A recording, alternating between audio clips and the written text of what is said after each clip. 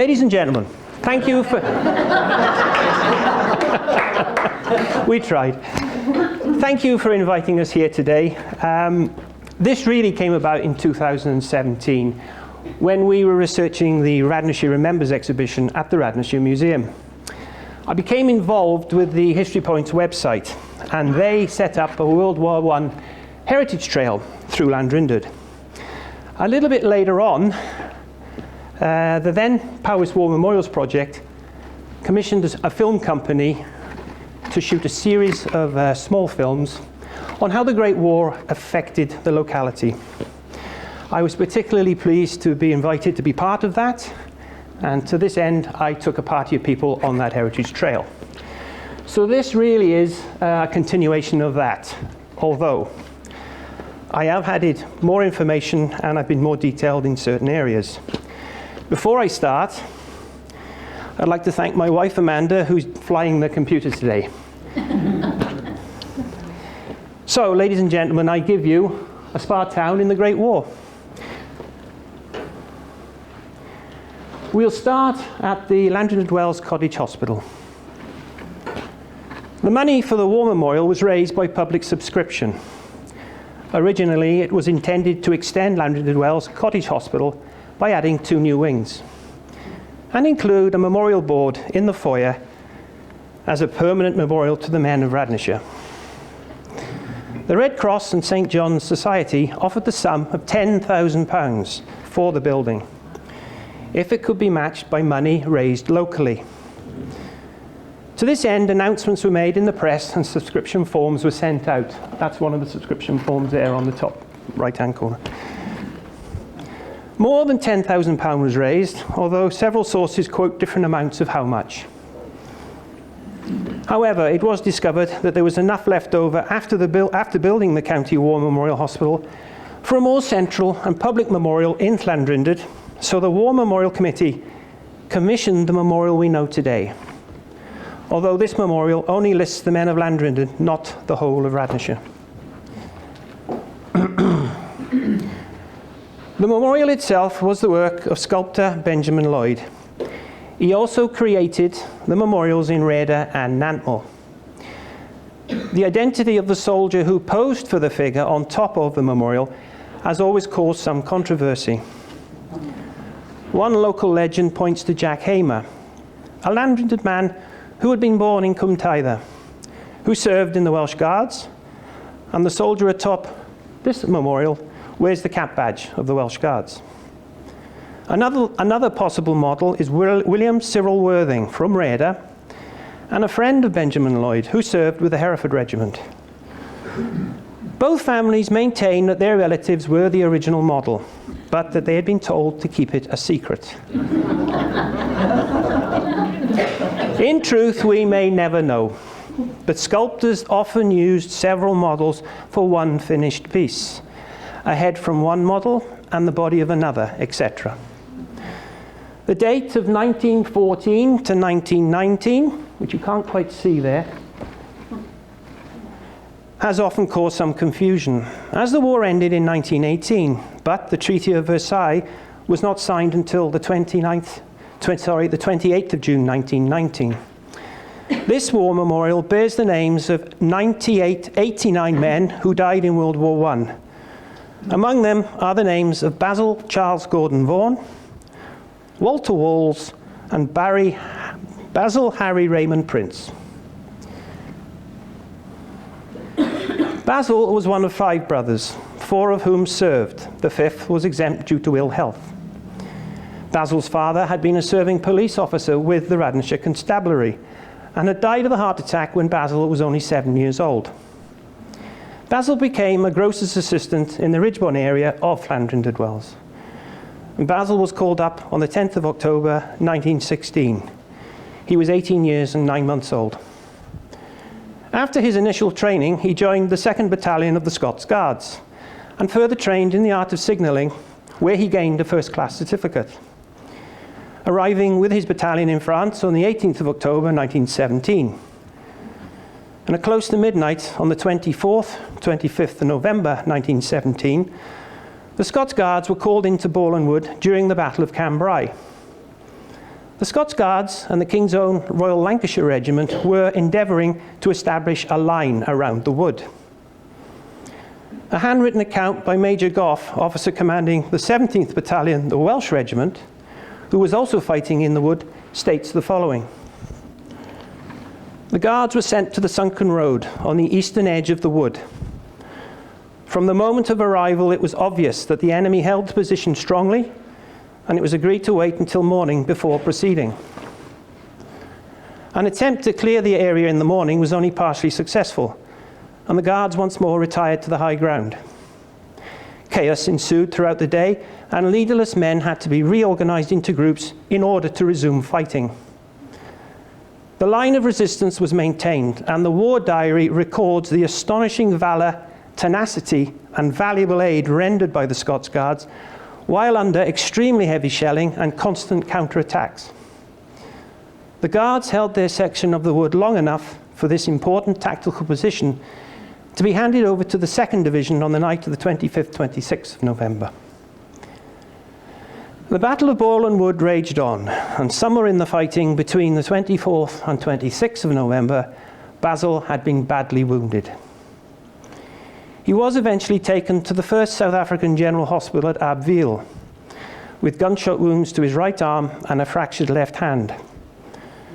By the 2nd of December 1917, Basil is described as seriously ill. Basil's surgeon, Captain Mullins, would later write to Basil's mother in Llanrindod Wells, detailing her son's bravery and good spirits while in the hospital. 1st South African Hospital, Abbeville, France, December 23rd, 1917. My dear Mrs. Vaughan, I very much regret to have to inform you that your boy passed away last night at 11 p.m. Unfortunately, the night before, he had another hemorrhage from his right arm, and we had to tie the brachial artery, which had been wounded or ulcerated probably by the end of the broken bone.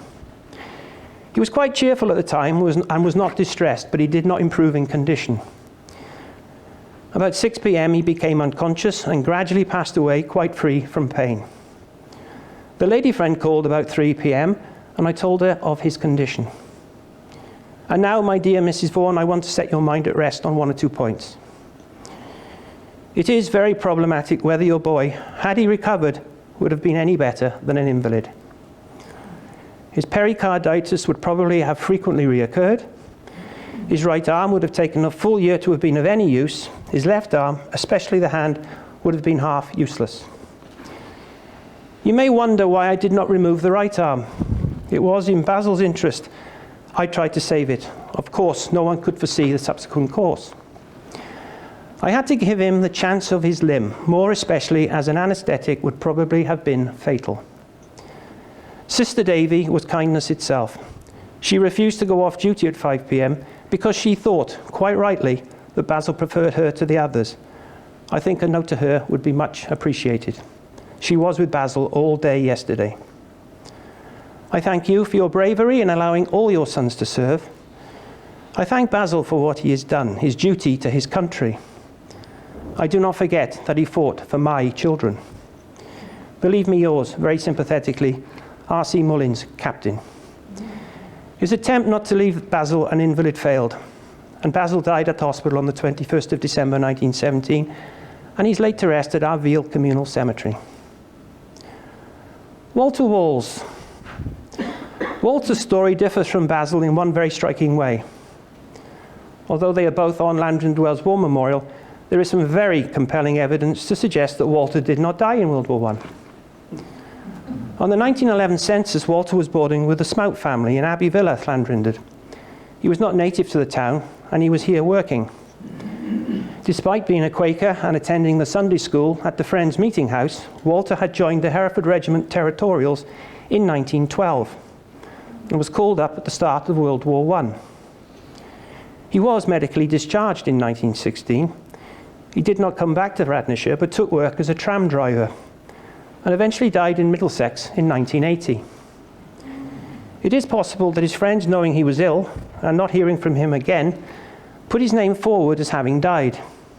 We have no idea if Walter himself ever knew that the people of Llanrindod assumed he had died in the war. Basil Harry Raymond Prince, another Quaker and son of Daniel and Mary Ann Prince, who lived at the Pales Villa in Pennybont. Basil was killed on the 10th of April 1918, during what was known as the second phase of the German Spring Offensive. He was serving with the 6th South Wales Borderers in the Lys Valley. The battalion were pushed back to Neuve Eglise, where the South Wales Borderers alone suffered 386 casualties. Among them was Basil. He is known on grave, and he is commemorated on the Plugstert Memorial, as well as on his parents' grave at the Pales.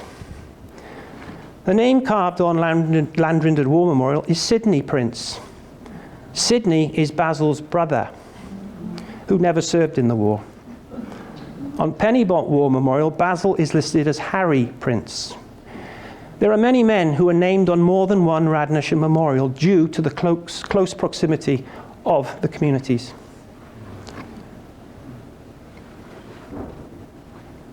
Very many Belgian refugees had to flee their country during World War I, and Belgian refugee funds and homes were set up in almost every town in the country, and Landrindod Wells was no exception.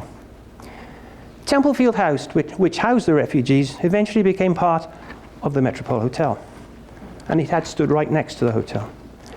Charles Binion, a prominent local Quaker, had organised a relief fund in the town, and by January 1915 there were 20 refugees living either in Templefield House or in small groups in other buildings in the town. The local people were very generous, providing food, clothes, and other items that the Belgians needed. And in turn, the Belgians contributed to their keep by giving French lessons, making baskets, and wood carvings to sell, etc. By November 1916, there was only one refugee left in Landrindod.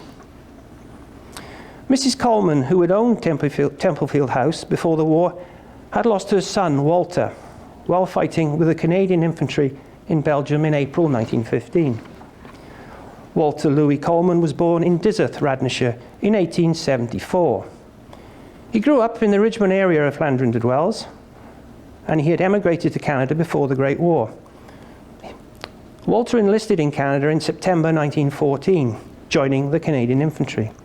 After his recruit training, he arrived with the battalion in the Ypres salient in February 1915.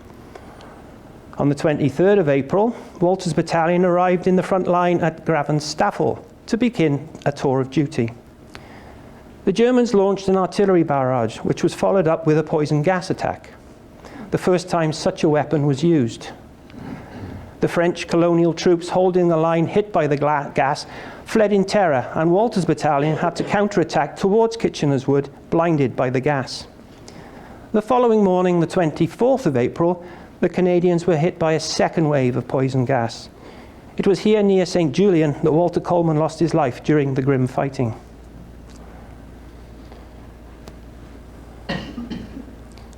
The army requisitioned the Metropole Hotel along with other hotels in the town during World War I. And by December 1914, officers of the Royal Army Medical Corps had moved in. They included the commanding officer, Lieutenant Colonel de Lapp, who brought his family with him. He commanded all of the approximately 4,000 Royal Army Medical Corps men who trained in Landrindod Wells throughout 1915-1916, all of whom arrived by train. Captain Noel Chavasse of the Royal Army Medical Corps, one of only 3 men in history to be awarded the Victoria Cross twice, was serving in Landrindod Wells before going to France. And a concert in the Metropole Hotel in 1918 raised £30 for the French Red Cross. And celebrity snooker player Claude Falconer gave exhibitions of snooker pool and billiards at the hotel to raise money for the Soldiers' Comfort Fund. During World War I, the Manor Hotel was run by the Harper family. Their eldest son was William Ingram Harper. After his education at Landrindod Wells, William joined the London City and Midland Bank as a clerk. In June 1914, he was working at the Wellington branch in Shropshire. When war was first declared, William was too young to join up. He eventually enlisted at Wellington on the 9th of October 1916, joining the South Lancashire Regiment. William arrived in France on the 17th of February 1917, and it was while he was in France that he was recognised for further advancement. He applied for a commission on the 20th of July 1917. Returning to the UK, then in September 1917, he joined No. 18 Officer Cadet Battalion to start his officer training. Upon successful completion of the course, he was commissioned Second Lieutenant on the 29th of January 1918. He eventually joined the 1st Battalion, the North Staffordshire Regiment, and sailed to France on the 14th of April 1918, arriving at a time of severe losses during the German Spring Offensive. In June 1918, William was awarded the Military Cross, followed by a second Military Cross award in October 1918, and he was mentioned in dispatches in December 1918. William would resign his commission on the 3rd of June 1919 and return to his former employment working at the Knighton and Clun branches of his former bank. In August 1929, William transferred to the staff of the Atlantic branches and served on board the several Cunard steamships such as the Aquitania and the Mauretania, sailing between Southampton and New York. In January 1931, he transferred to the head office in London. Sadly, William was found dead on the 15th of October 1931 in a coal gas-filled room at the Osborne Hotel at No. 2 Gordon Place, London. An inquest held the following day stated that he had killed himself while of unsound mind. William is buried in the family plot in Llandrindod Cemetery. His younger brother, Douglas Hayden Harper, had joined the Royal Air Force in World War II, and he was killed during an operational flight.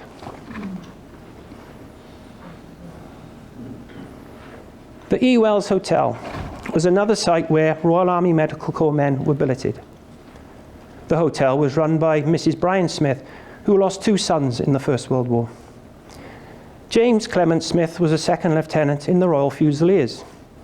He was killed in Belgium in March 1916 at the age of 33 during the Battle of St. Eloi. A written account by Private S. William gave the following details. We came to a place called the Mound of Death. It lies between Vaux-Mazille and St. Eloi. Lieutenant Smith was a brave man and led us forward without hesitation. The following morning, we were making our way back to the lines and I saw the dead body of Lieutenant Smith lying on the German side of the mound. A few more yards and he would have made it to the German trenches. He has no known grave and he is commemorated on the Menin Gate Memorial at Ypres.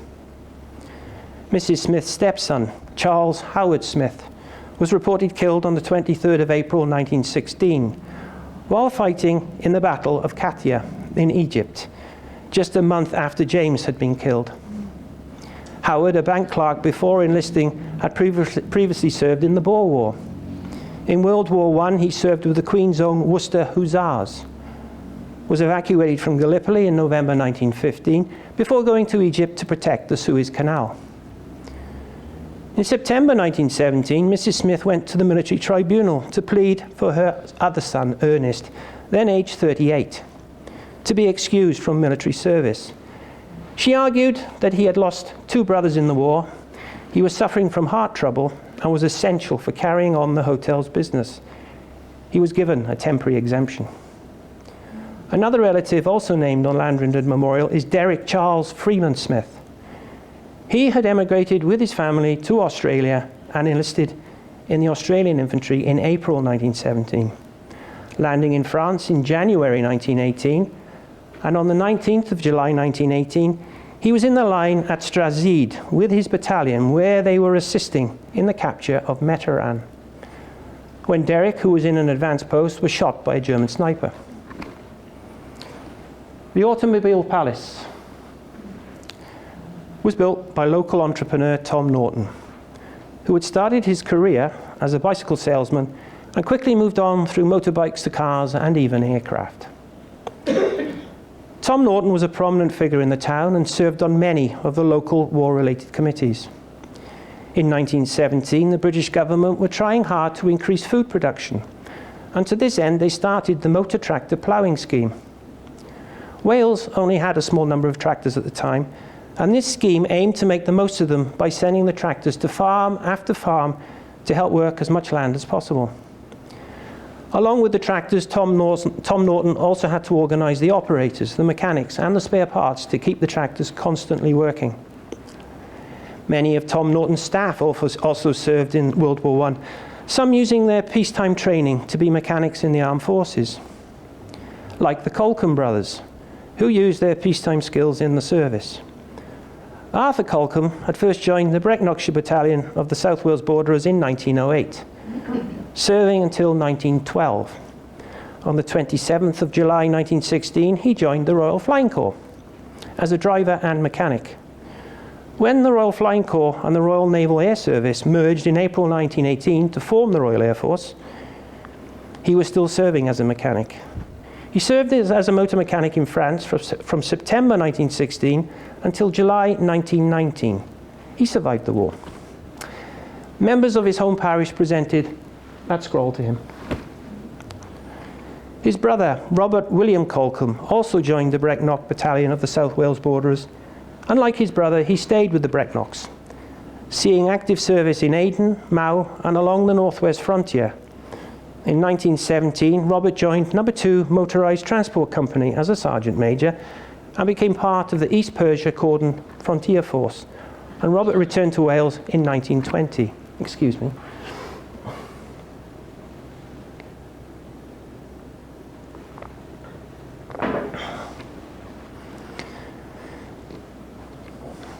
The pavilion opened in 1912. When the Royal Army Medical Corps were here during World War I, it was the ideal venue for a lecture hall. There was also time for recreation, and the pavilion became the site of everything from whist drives to boxing matches. It is estimated that 2,000 people crammed into the large auditorium for the Royal Army Medical Corps boxing tournament that was held here in March 1915. It also hosted fundraising activities such as an auction in 1916 where local farmers donated livestock, furniture and other items that were sold off in aid of the Red Cross and the Blue Cross animal charities. The Royal Army Medical Corps held their farewell concert here in May 1916. The pavilion was once again packed as locals came to see the men, many of whom had been professional entertainers and musicians in civilian life, perform. Church parade was an important part of service life, and every Sunday would have seen hordes of uniform-clad men march smartly up to the churches in the town, the Holy Trinity Church being no exception. Many of the Holy Trinity's congregations served, and several were killed. A large and impressive stained glass window in memory of those who died in World War I can still be seen in the church. It was commissioned by Jane and Christopher Pond in gratitude of the men and women of the Dominions who came to serve. There are also many plaques in the church, such as the plaque to Private Cecil John Edwards, who was killed in July 1917, aged 20, which was placed in the church by his parents, and another added by the widow of Private Charles Cheffers, who was 30 when killed in July 18 while serving with the Herefordshire Regiment. Further plaques commemorate national mourning, such as the tablet dedicated to Nurse Edith Cavell, who was shot by the Germans in 1915. The Plas Winton Hotel, now known as the Commodore, was built as a rectory for the Holy Trinity Church. It was turned into a boarding house in 1896 and named the Plas Winton. During World War I, the Commodore housed more personnel of the Royal Army Medical Corps. The town, with so many military personnel, must have been close to bursting. The hotels and boarding houses were stretched, so many of the men were billeted in the homes of local people. Their board and lodge was paid for by the War Office. That's one of the original billeting forms. That one is for the Sandringham Hotel, where 4 members of the Royal Army Medical Corps were billeted. During the war, Jane Sheen, the landlady of the Plas Winton, was fined for letting a bright light shine from one of the hotel's windows. The country was under the Defence of the Realm Act, which operated a type of blackout. This was in force in case of Zeppelin raids. It was just after World War I that the hotel changed its name from the Plas Winton to the Commodore Hotel. Another boarding house that was used was the Sandringham. Men of the Royal Army Medical Corps were billeted there with the Owens family. The postcard shows the fun side of the Royal Army Medical Corps, They dressed up young Jack Owens in uniform and billed him as the smallest in khaki, and photographed him alongside the heaviest man in the British Army, and Jack was the Royal Army Medical Corps mascot while they were in Llanrindod. Christchurch Congregational Chapel, long since demolished, stood at the end of High Street, Llanrindod. The handwritten roll of honour for this church lists 15 men of the congregation who served, 4 of whom died, including the 2 Hurst brothers. Walter Hurst of the Royal Army Medical Corps had served in Mesopotamia before he died on the 3rd of January 1922 of war-related injuries. His younger brother Ernest Hurst was killed in action at Passchendaele during the Third Battle of Ypres in October 1917, while serving with the Machine Gun Corps. Both brothers had worshipped at Christchurch Congregational Chapel, which was close to their family home. The other 2 men were William Augustus Croswell, formerly a printer in the town who lived at number 6 Brooklyn Road, Llanrindod. He enlisted on the 14th of August 1915 and joined the Royal Army Medical Corps. He died of pneumonia on the 1st of November 1918. He is buried in the British Cemetery at Manicourt, France. And Herbert Charles Cutting. Herbert Cutting had applied for an exemption from military service. This was turned down. He died in Bristol in October 1918, never serving overseas. The Rock Park Spa filled a valuable role in World War I. The spa pioneered treatment for wounded soldiers, and at a height, 300 to 400 soldiers a week were treated here. The soldiers were housed in the auxiliary hospitals that had been set up in some of the larger buildings in the town, such as Stoneleigh, Granville, the Central, the Mostyn, Highland Moors, the Berkeley Hotel, and Tom Norton's home at Ronhaelog. The soldiers would be taken daily from the hospitals to the Rock Park. Some would even be able to walk there or be pushed in wheelchairs by their nurses. Treatments included using the spring waters to bathe burns and sores. There were fully immersive baths and a whirlpool bath. Some of the treatments were aimed at relieving the rheumatic fever and extreme fatigue that men suffered from in the trenches.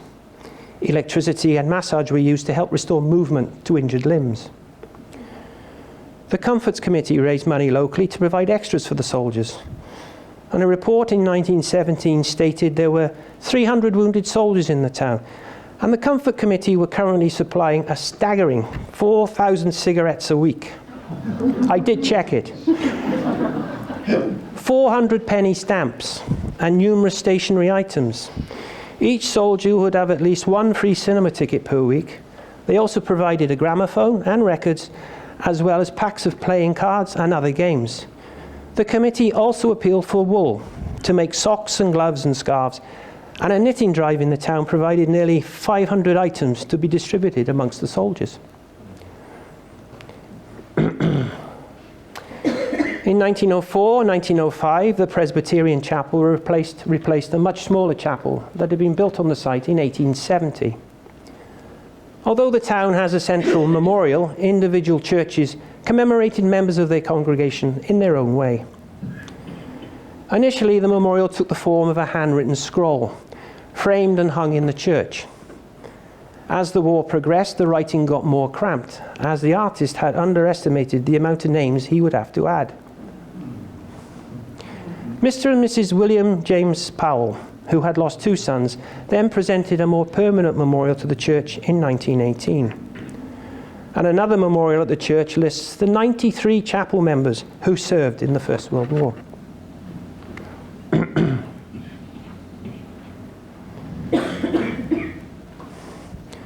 The proximity of the Albert Hall to the church is no accident. It was originally built by the church as an overspill hall in 1896, when it was discovered that many of the Welsh-speaking tourists who came to take the spa waters also needed somewhere to worship. Services were held here during the summer months, and at other times it was used as a Sunday school room. During World War I, the Army used the Albert Hall for recreation purposes. In February 1916, a public meeting with musical entertainment was held in the hall to welcome the Welsh unit of the Royal Army Medical Corps to Llanrindod, Wales. This unit, also known as the Welsh Students' Company, was made up of theology students and ministers. Although their title was the Welsh students, not all of them were Welsh. They came from places like Aberystwyth University and other theological institutions throughout the country. Some were teachers and some had medical backgrounds, such as pharmacists. They simply wanted to help the war effort, but did not want to take life.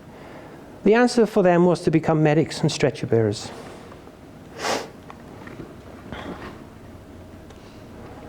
The site of the original county school, also known as the Intermediate School, was in Alexander Road, Llandrindod, Wales.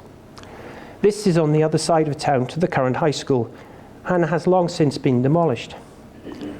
The original school war memorial erected at the Alexander Road site was moved in 1985 and now stands at the entrance to this new school, which was built in the 1960s. The memorial lists the names of 19 ex-pupils, including Albert Lewis Amos, who was one of 5 brothers who served.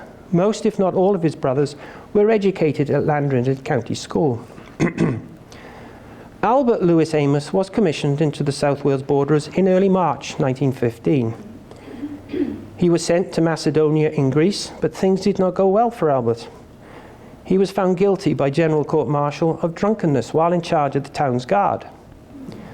Although he had pleaded not guilty, he was dismissed from the British Army in December 1915 and sent home. However, by May 1916, Albert was to be found among the ranks of the 1st Battalion of the Royal Fusiliers, fighting on the Western Front as a private soldier, rising to the rank of sergeant. Albert was later wounded, and he was honourably discharged from the British Army on the 27th of February 1918. He died on the 30th of January 1921 as a result of these wounds. Albert's brother, Ernest Cecil Amos, who was awarded the Military Cross in 1918, had been a teacher in the locality before enlistment. Another of Albert's brothers became an army chaplain. A 4th was awarded the Military Medal in 1916, and a 5th brother was wounded twice before being discharged from the army in 1919. The Tabernacle Baptist Chapel in Dyffryn Road is the 3rd Baptist chapel to be built on this site. The 2nd chapel was built in 1907, and it was a very large and impressive building. There is now a newer, more modern chapel on the site. In September 1917, the Fellowship of Reconciliation held a 3-day conference in the town. Although initially organised by the Society of Friends, at least one of the meetings was held here. This meeting was disrupted, and riots broke out in other areas of the town. The conference included not only Welsh delegates, but many English delegates as well. At the conference, a delegate was chosen to go to the Stockholm Peace Conference, where the foundations for the United Nations were laid. Despite the chapel being the site of the Welsh Peace Conference, many of its congregation did fight in the war.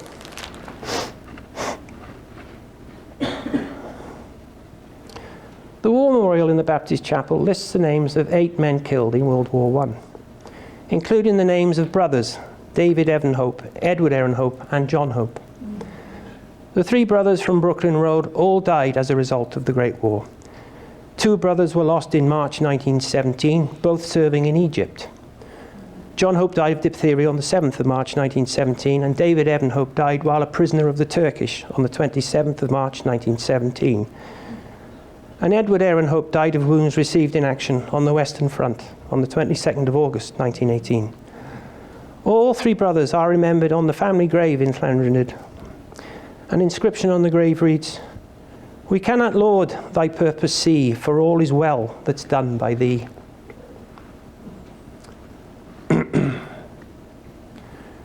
The county buildings, which is a stone's throw away from the Baptist Chapel, was originally built as the home of Radnorshire Urban District Council and housed the Magistrates' Court. The council had many duties in World War I, one of which was presiding over exemption from military service tribunals. The tribunals were made up of representatives of the military, the church, medical services, a JP, local councillors. These were cases of men appealing against conscription. Some men appealed on religious grounds, and as this was a farming area, many of the cases involved men who were needed on the farms. Some appealed in their own right. Others had relatives or their employers to plead on their behalf. It was nothing for as many as 40 cases to be heard in one evening. Some men got short exemptions in order to get the harvest in, or to find someone not fit for active service to take their place. A few did get full exemptions. The Radnorshire Constabulary operated from this building. Captain Harry Hickman Bromfield had been appointed Chief Constable of Radnorshire in August 1909. Captain Bromfield had seen more than his share of active service during the Boer War as an officer with the South Wales Borderers. Here he distinguished himself with the award of a DSO and a mention in dispatches. Sadly, his brother died of wounds received in the South African campaign. Bromfield had taken up his position as Chief Constable of Radnorshire in 1909. However, on the outbreak of World War I, he rejoined the army, and in February 1915, he was given a temporary commission as Major in the newly formed Welsh Guards. Arriving in France in August 1916, he took command of the Prince of Wales Company. On the night of the 9th and 10th of September 1916, the Welsh Guards had captured the village of Ginchy during the Somme offensive. A strong German counterattack on the right flank of the Prince of Wales Company commenced, which they could not stem.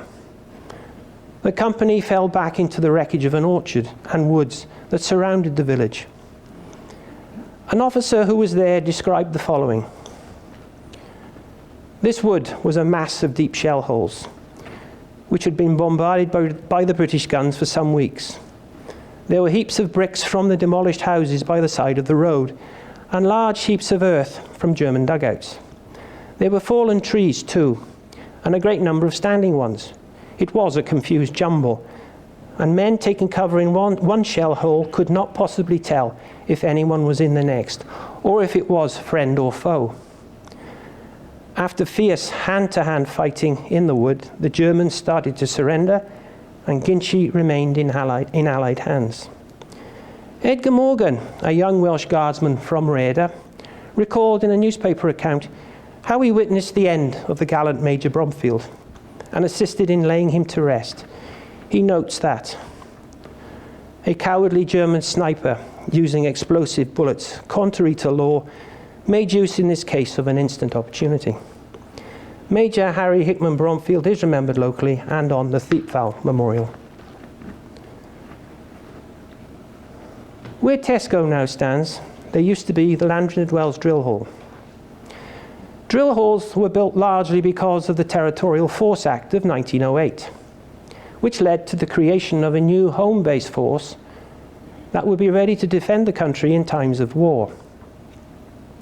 The idea was to train men on a part-time basis who could be called up to full-time service when or if they were needed. The Montgomeryshire Yeomanry were created out of the old Montgomeryshire Imperial Yeomanry, a yeomanry with a long history. Two contingents of this yeomanry served with great distinction in the South African War of 1900-1902.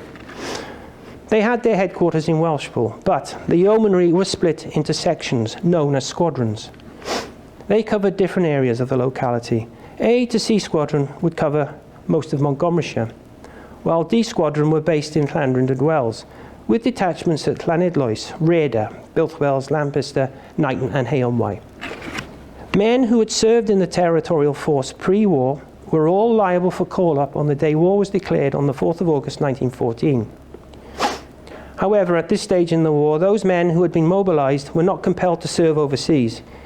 They could, if they chose, serve in home defence. They had to volunteer to serve overseas. This was known as Imperial Service. This would change as the war progressed. The 1st Montgomeryshire Yeomanry travelled first to Hereford before heading to Norfolk on the 29th of August 1914. Then in March 1916 they went to the Middle East. Other regiments with a close association to this area were the King's Shropshire Light Infantry and the Hereford Regiment. The Quaker Meeting House is on Temple Street, Llandrindod Wells. This meeting house is large by Quaker standards and had a sizable congregation at the outbreak of World War I. The Quakers, or Society of Friends, had supported peace, and many Quakers were imprisoned as conscientious objectors. It was here that the first of the Fellowship of Reconciliation meetings was held. Not all Quakers refused to fight, and many that would not fight helped the war efforts in other ways, mainly through the Friends Ambulance Unit, a unit that was voluntary, self-funded and unarmed, but which served as medics, stretcher bearers and ambulance drivers. In the Llandrindod Meeting House there is a memorial Bible that lists the names of 11 men from the congregation who were killed in World War I, such as George Lewis Guilford Botwood, who was born in Llangunthlo. He lived in the Ridgeborne area of Llandrindod before enlisting in the Gloucester Regiment. After recruit training, he arrived in France during the opening phases of the Somme offensive in July 1916. And on the 3rd of April 1917, his battalion took up a position around the village of Effie. The following morning, they advanced towards the line running from Roncey-Bassay to Boulogne-l'Empire and took up new positions. On the 5th of April 1917, they launched an assault from this position. George Botwood was killed in action during the fighting around l'Empire. He is buried in Unicorn British Cemetery at Venhouly in France. The Bible lists another 46 men who served and survived. This memorial Bible is now on loan to the Radnorshire Museum. Mr. Bernard Bentley, manager of the Springs Hotel, Llandrindod Wells, was the first man from the town to state at his tribunal that his religious beliefs would not allow him to fight. He also refused to join the Royal Army Medical Corps, as this would involve the taking of a military oath. He had a short exemption in order to arrange joining the Friends Ambulance Unit. He served with the Friends Ambulance Unit in France and survived World War I. Douglas Binion also served with the Friends Ambulance Unit. His father, Charles Binion, was the organiser of the Belgian Relief Fund Committee in the town. Douglas also survived World War I. Although the war ended on the 11th of November 1918, it would be many months before everyone who was going to come back made it back. Men still died as a result of accidents while clearing the battlefields, or of wounds or disease. The work was now concentrated on memorials and remembrance.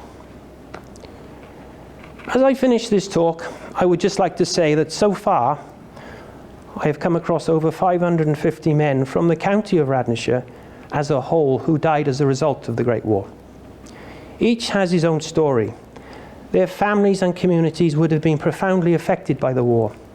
The men, the women who came home were very different from those who left this small corner of Wales. I have spoken about many men, places and events that took place during a dark time for the world as a whole. I, for one, feel it is very important that we never forget these people and the history they were part of. It is important that we record these facts, especially for those who will follow us, so that these people are not forgotten. Before I finish, let us also spare a thought for all those who served, the men and women left scarred by a conflict, either physically or mentally. Ladies and gentlemen, 105 years ago this very day, the guns fell silent on a world that would never be the same again. Thank you.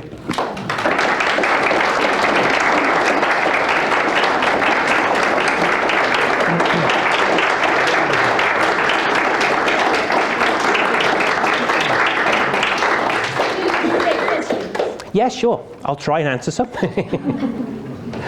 If anybody has any. Well, I've got a comment because certainly. Tomorrow, I know at a memorial service, the names on the memorial will be read out. Yes. And one will be read out twice, because in this particular area, if you wanted somebody to go on the war memorial, it's about 1921, you had to go into the butcher's and put their name down. Yeah. And it seems that two people went to put this man's name down. Yeah. And they used different Christian names. That's right. And he appears twice. Yeah. It's a most unusual service. It is. As well. Right. Yeah, it's a funny thing because it wasn't organised centrally at all. No, it's a very difficult thing for researchers to actually go to a memorial, jot the names down and start researching these names, because you might take all the names down in Llandrindod You end up going to Pennybourne, as we spoke about earlier, and some of the names turn up, but with a different name, if they had 3 names, for example. So you're thinking, hang on a minute, there's something wrong here. So yes, as I explained, many men are named on several memorials throughout throughout Radnorshire. And some are missing because there's 2 David Davises. And some of the gold we've got here. Yeah. There are a lot of men who are very close links, who were born in Radnorshire, who had moved away for work or whatever, enlisted elsewhere, particularly in the South Wales valleys where they went to the mines. And they're not listed here because they simply didn't put their details forward, or the family didn't put their details forward. But there are, I've come across many names of men who are from Radnorshire that aren't on our local war memorials. I mean, they've all got stories to tell, and that's what I find fascinating about the whole thing. Well, as a retired soldier, may I thank you for a very interesting address. Thank you. Which strikes a chord with me. I'm also a volunteer with the Commonwealth War Graves. Yes. So are we. Oh, well done. Okay, Yes. I'm not wearing my badge, but never mind. But what is one of the encouraging things is how wonderfully in Radnorshire the graveyards are kept. I mean, I don't have to do very much to just clean the grass clippings off, really. Yes. Things are done very well. Yes. Anyway, thank you again for reminding us of all of these links with the returned servicemen and Radnorshire and in Llanrindod in particular. It's been most interesting. Thank you very again. much. Thank you.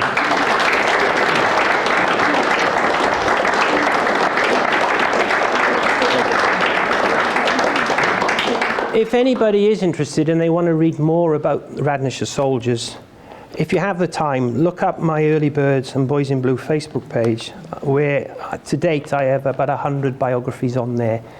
I'm only about 200 into the 550. Although I got details on them all, I'm still writing them up.